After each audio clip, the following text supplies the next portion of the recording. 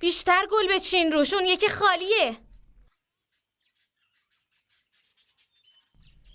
حق با عمو بود، باید از اون دور میموندم. هی آقا معلم،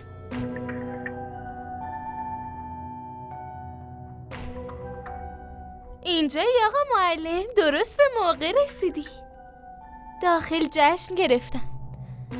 میپرسی واسه کی؟ باشه بهت میگم، برای معصومه خانوم، چون تو راهی داره. قراره دوباره عمو بشی. اگه مزخرفات تموم شد میتونم برم داخل؟ نه بذار بیشتر واسط بگم. خانم خوب شد شما اومدین. میشه شما به آقا معلم توضیح بدین؟ سعی کردم بهشون بگم جشن دارین و هرچی مهمونا بیشتر باشن بیشتر خوش میگذره. ضمناً آقا معلم حکم برادره، معصومه خانومو داره، باید حتما تو جشن باشه، درسته؟ مگه نه؟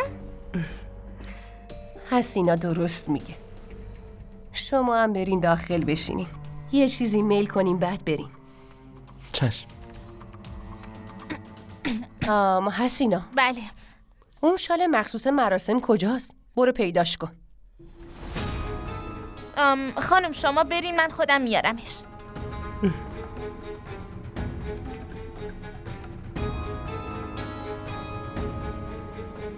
عجب. دست می جنبونین یا نه؟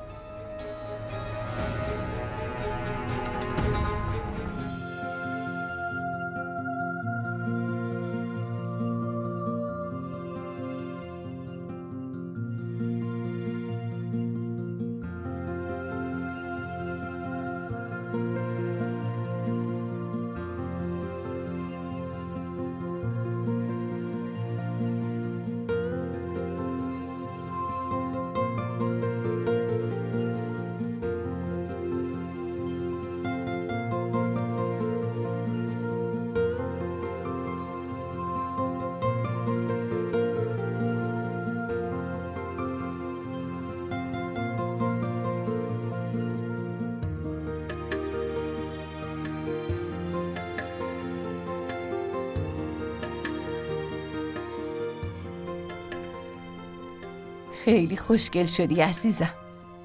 حسینا، برو لطفاً شال مراسمو بیار. چشم خانم جان. شما بفرمایین بشینین، الان میاد.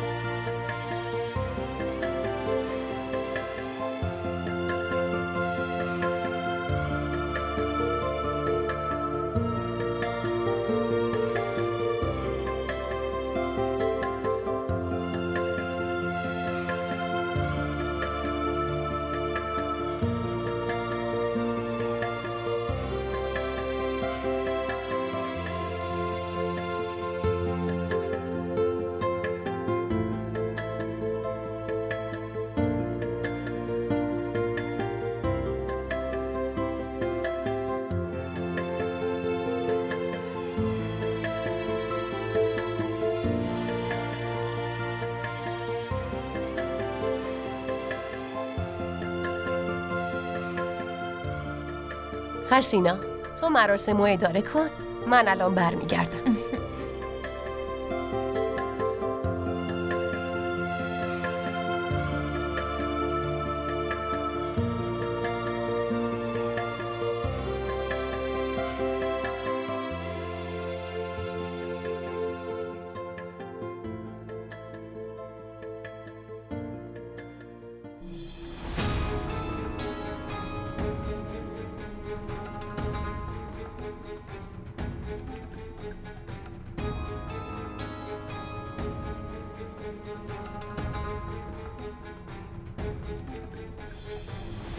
شانو تو از مهمونا پذیرایی کن، من الان برمیگردم.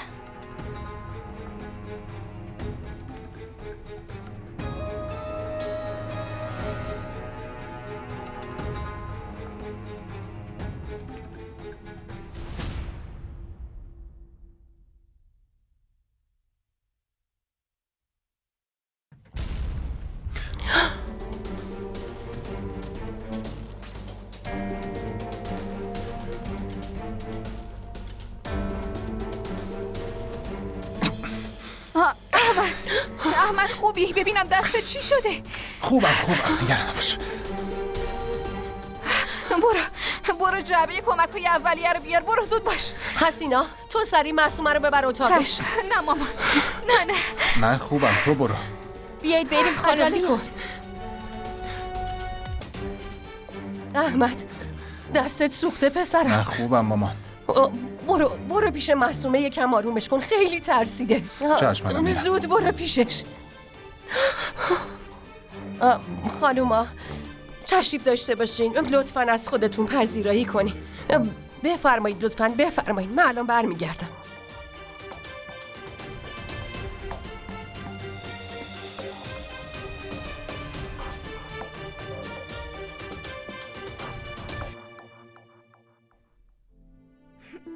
چرا اینطوری به خودت آسیب زدی؟ تو همه زندگی منی. به خاطر نجات جون تو حاضرم با جون خودم بازی کنم. حتما خیلی درد داره. آره. اولش آره داشت، اما الان که اینقدر با عشق روش پماد زدی خیلی بهتره.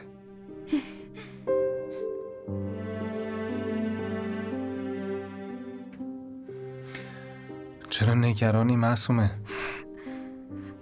اتفاقی که اونجا افتاد طبیعی نبود. نمیدونم چرا مدام حس میکنم که لازم نیست نگران چیزی باشی. هر مشکلی که بخواد برات پیش بیاد باید اول از رو جنازه من رد شه. باید اول منو از بین ببره تا بتونه به تو برسه. احمد دست خودم نیست. احمد از وقتی این اتفاق افتاده یه ترس عجیبی تو دلم افتاده. منو ببین. تو عشق منو داری، دعاهای مامانمو داری. چی میخواد تهدیدت کنه؟ بهم اعتماد کن، اتفاق بدی نمیفته انشالله.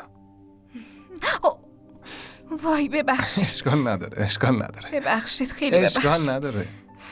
چطوری میخوای بخوابی؟ اینجوری.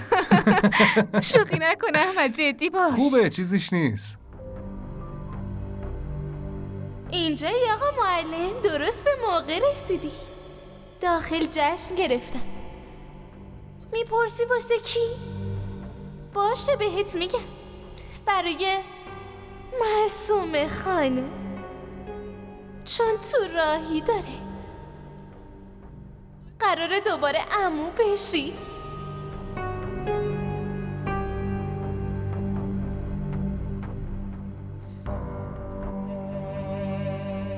همه چی مرتبه؟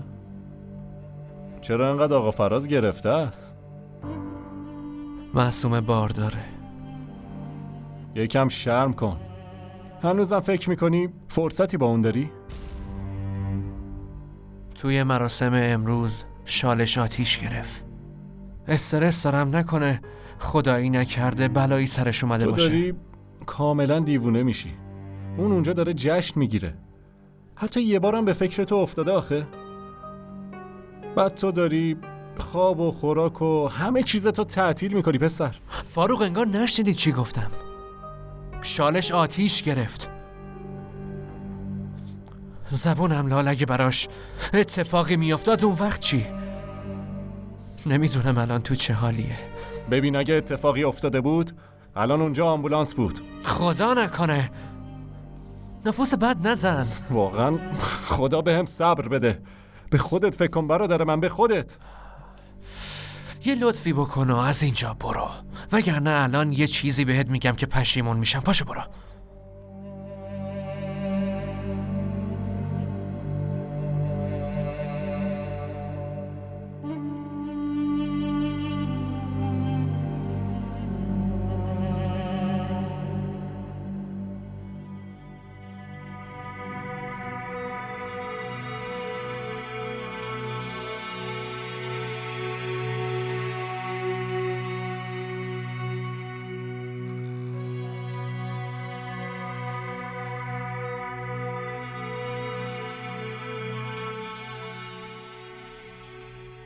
خانم جان اینو بذارم تو اتاقتون باشه.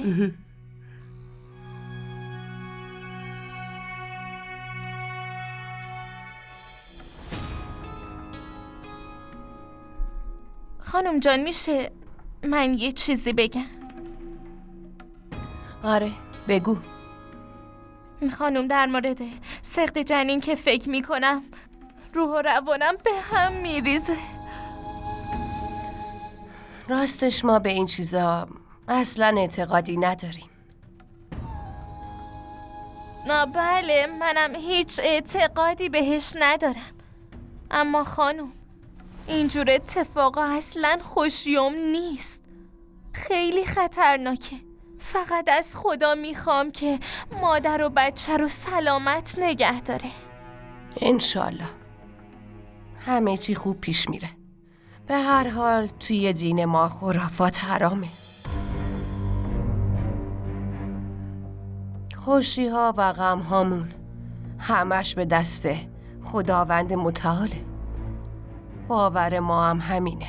توکل ما به پروردگار رحمانه. هرچی اون بخواد همون میشه. خانم جان چه حرف قشنگی زدین، کاملا حق با شماست.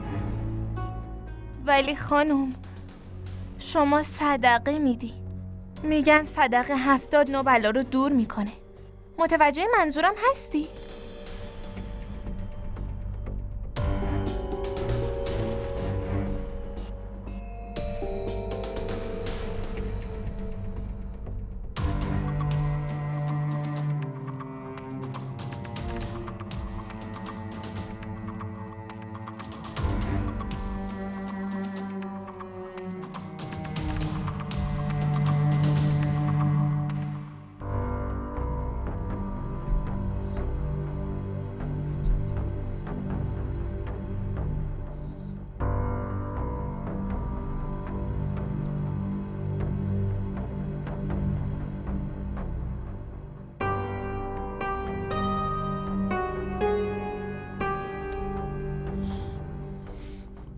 نمیدونم آخر این شب تاریک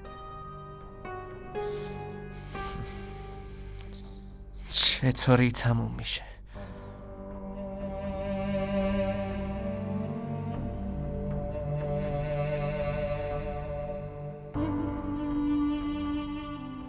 چرا صبح نمیشه؟ مطمئنم که دلت داره شور میزنه. برای همینه که منم آروم و قرار ندارم.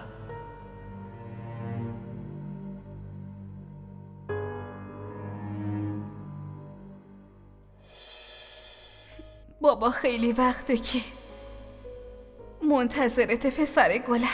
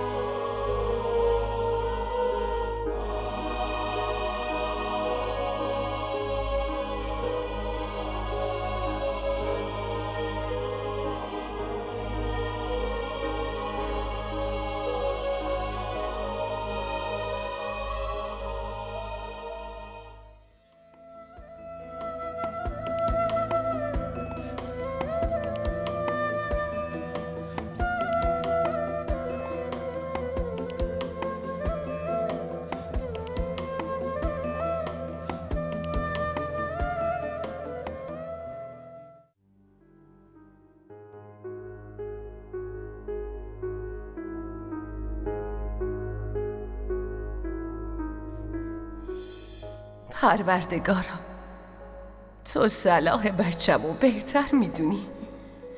رضای تو برای ما مهمترین چیزه. خدایا تو از دل ما خبر داری. بیشتر از صبرمون ما رو امتحان نکن. اگه مشکلی برای ما وجود داره حلش کن. سلامت و عزت به بچه هام بده. چیزی که از بزرگی تو کم نمیشه. خدایا ما کسی رو به جز تو نداریم. به همون رحم کن خدایا، به همون رحم کن.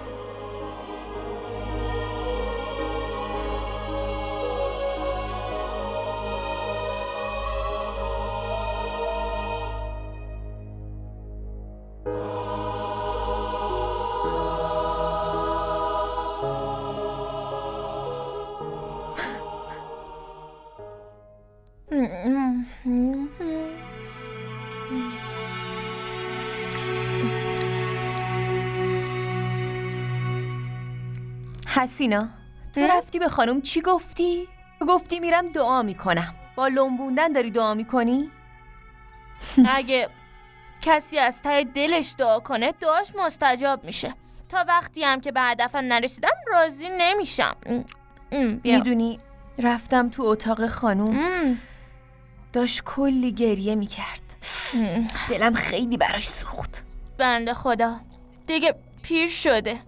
وقتی پیر میشی دیگه کاری جز دعا ازت بر نمیاد. بذار دعا کنه، ولش کن.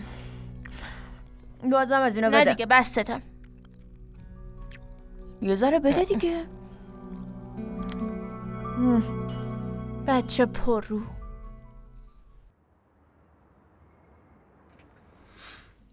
بیا کتتو بپوش. اصلا مراقب خودت نیستی یا؟ ممنونم. من تنت میکنم. واقعا؟ چی کار داری میکنی؟ خوبم. اصلا مراقب خودت نیستی. نه ولش کن. باشه. دستت که هنوز خوب نشده. من کمکت میکنم. چیزی حرفم نشده نباشه. که خوب میشه.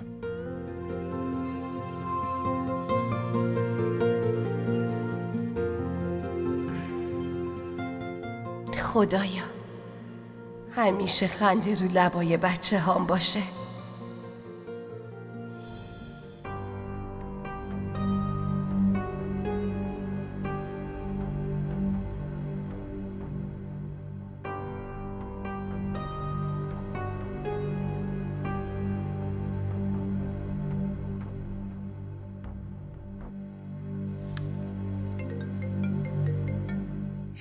یه لحظه صبر کن ببینم کیه زنگ میزنه.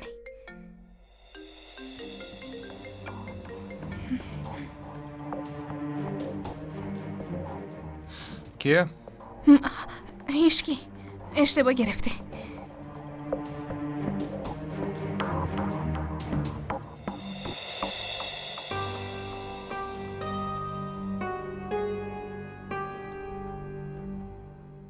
یه لحظه صبر کن. نگران نباش، خوبم. دستتو بنداز، نکن. باشه.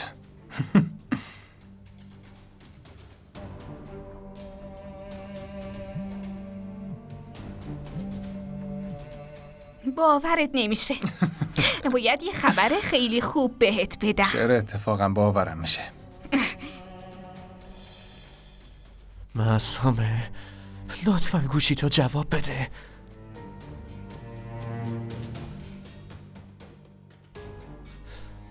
چرا هی داره پشت هم قطع میشه؟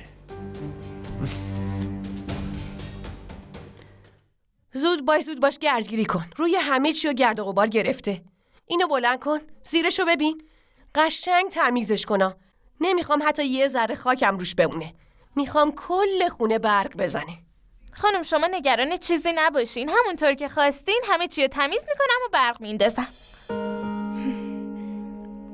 دارین چی کار میکنین مامان؟ وای چی شد؟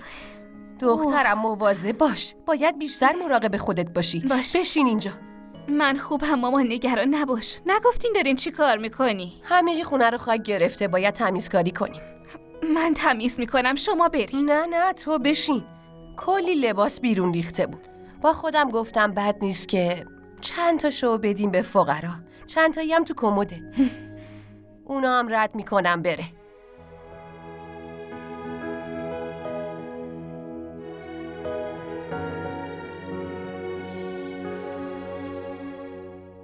میدونم مامان، تو هم مثل من فکر فقرایی.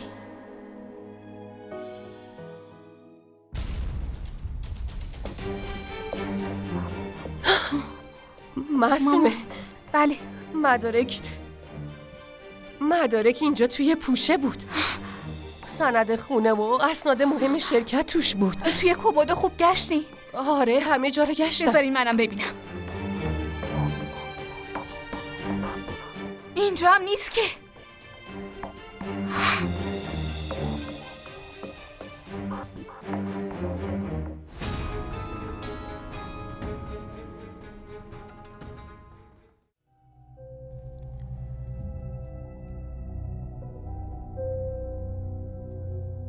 اوه چه عجب. حسینا خانم تو موهات گل میذاری؟ کپکت خروس میخونه. چی شده؟ بگو ببینم چی شده؟ گنج پیدا کردی که انقدر خوشحالی؟ شایدم یه چیز بهتر. حسینا یه چیزی بزرگتر از گنج قارون رو پیدا کرده. پس یه کاری کن، به منم از این گنجت یه سهمی کی بده. گفته؟ قرار نیست که تو همه چی سهم داشته باشی. ببین حسینا، جواب من این نیست. گفتی هر چی به دست بیاری و تقسیم میکنی. داری تهدیدم میکنی؟ نه تهدید نمی کنم، دارم خواهش میکنم. تو دوست خوب منی، خواسته منو گوش میدی، منم خوشحال میشم. هی شانو، من تا حالا یه قرون از حق تو رو نخوردم. هر چیزی که به دست آوردم و گذاشتم وسط. ولی قرار نیست که از همه چی سهم داشته باشی. بعدش همین چه کار مزخرفیه که دستتو این گداها دراز کردی؟ این اصلا کار قشنگی نیست، زشته. واسه خودت احترام قائل نیستی؟ نه نیستم. همیشه همین بودی.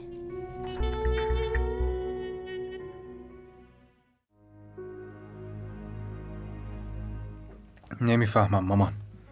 این همه سند و مدرک کجا رفته؟ من خودمم اصلا سر در نمیارم. آخه کی مدارکو از گاف صندوق برده؟ یعنی به چه دردش میخورده؟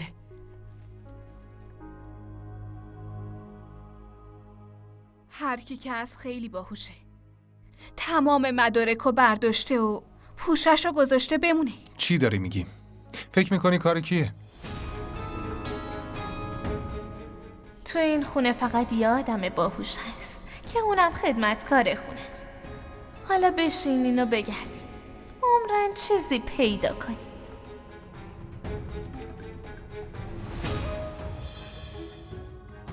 احمد، ممکنه مدارکو وقتی رفته بودیم روستا اونجا جا گذاشته باشیم؟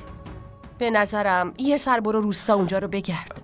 مامان، خیلی بعید میدونم سندایی به این مهمی توی روستا جا گذاشته باشیم. ولی اگه شما میگین، چشمم میرم میگردم اونجا. باشه، پس حتما معصومرم با خودت ببر. هرچی شما بگین. خیلی دلم شور میزنه. این اتفاق تا به حال سابقه نداشته.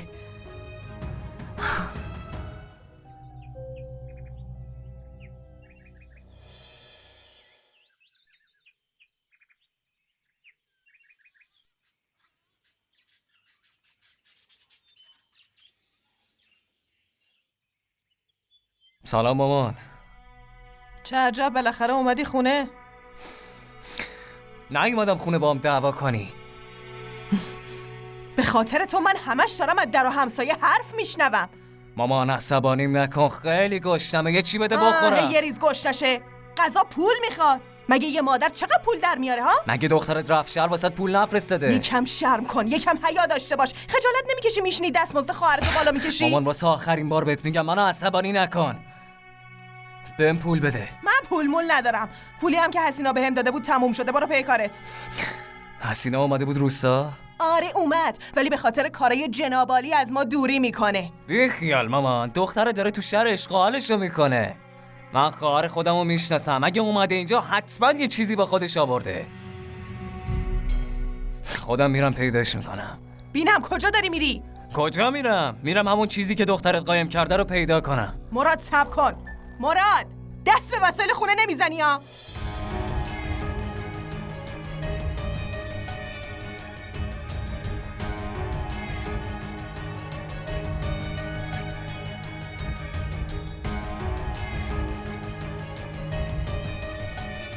مراد باش.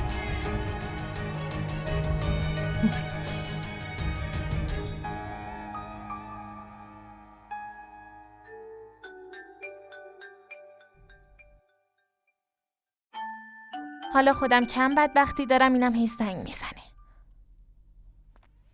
بله مامان، چی شده؟ مراد چی شده؟ مرده؟ اومده با عجله داره اتاق تو رو زیر رو میکنه. یا خدا، مامان یه دقیقه گوشی رو بده بهش.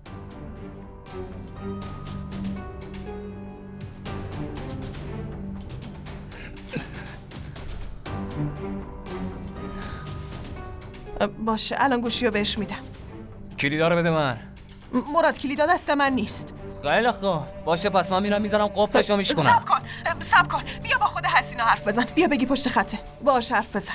الو مراد خوب گوش کن. اگه قفل اون چمدون رو بشکنی بهت رحم نمی‌کنم. مثلا از تو شهر میخوای با من چیکار کنی؟ قفلشو میزنم میشکنم. هر کاری میتونی بکن. مراد یه دقیقه وای. مراد جان کجا میری بچه؟ ای خدا، کل خانواده من دیوونن. خدایا حالا چی کار کنم؟ اگه مراد قفلو بشکنه تو بد درد سری میافتم. زنگ بزنم مامان گوشیو بردار دیگه.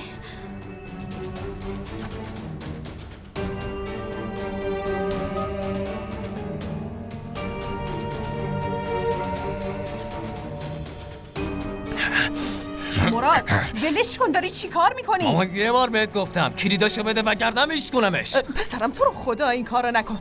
چی کار میکنی مراد؟ چک شده. ولش کن دیگه مراد.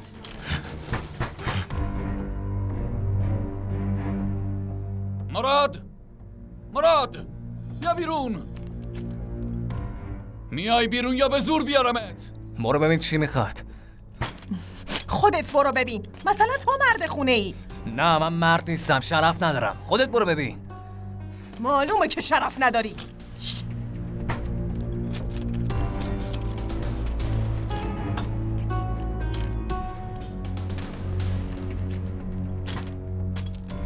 مراد کجاست؟ برگشته خونه؟ نه قربان، اشتباه به عرضتون رسوندن.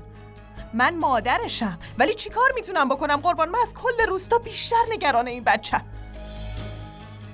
اگه اومد حتما خبرتون میکنم. یادت نره خبر بدی. آره به محض اینکه بیاد من خودم بهتون میگم. قول میدم. باشه بریم.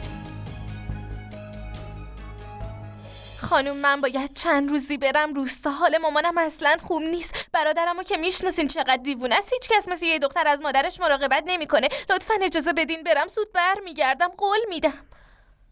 باشه میتونی بری، ولی فقط واسه یه چند روز. خانوم شما خیلی مهربونین. 2 روزه میرم و برمیگردم. باشه ولی فقط 5 دقیقه وقت داری. برو زود آماده شو. احمد داره میره روستا، تو هم باهاشون برو. همراه احمد آقا؟ خانوم 5 دقیقه هم زیادمه. 2 دقیقه آماده میشم میام. واقعا که این دختر زبله. مامان ما داریم میریم. باشه عزیزم، در پناه خدا. مراقب خودتون باشین. مامان دعا کنین مدارکو پیدا کنیم. انشالله همه چیز درست میشه.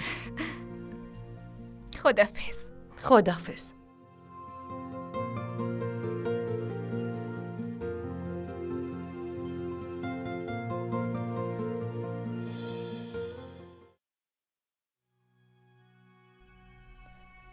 وای خدا، اگه قراره راننده برونه پس یعنی قراره کنار من بشینه. تو کجا میای؟ من گفتم داره میره روستا به مادر مریضش سر بزنه. خودم بهش اجازه دادم. پس جلو بشین.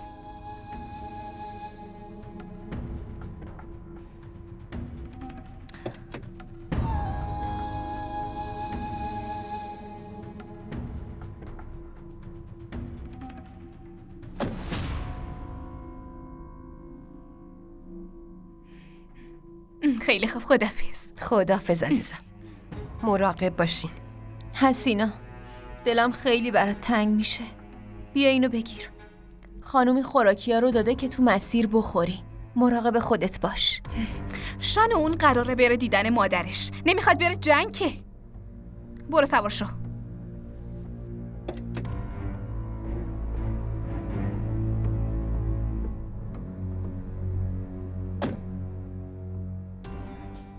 خداحافظ مامان.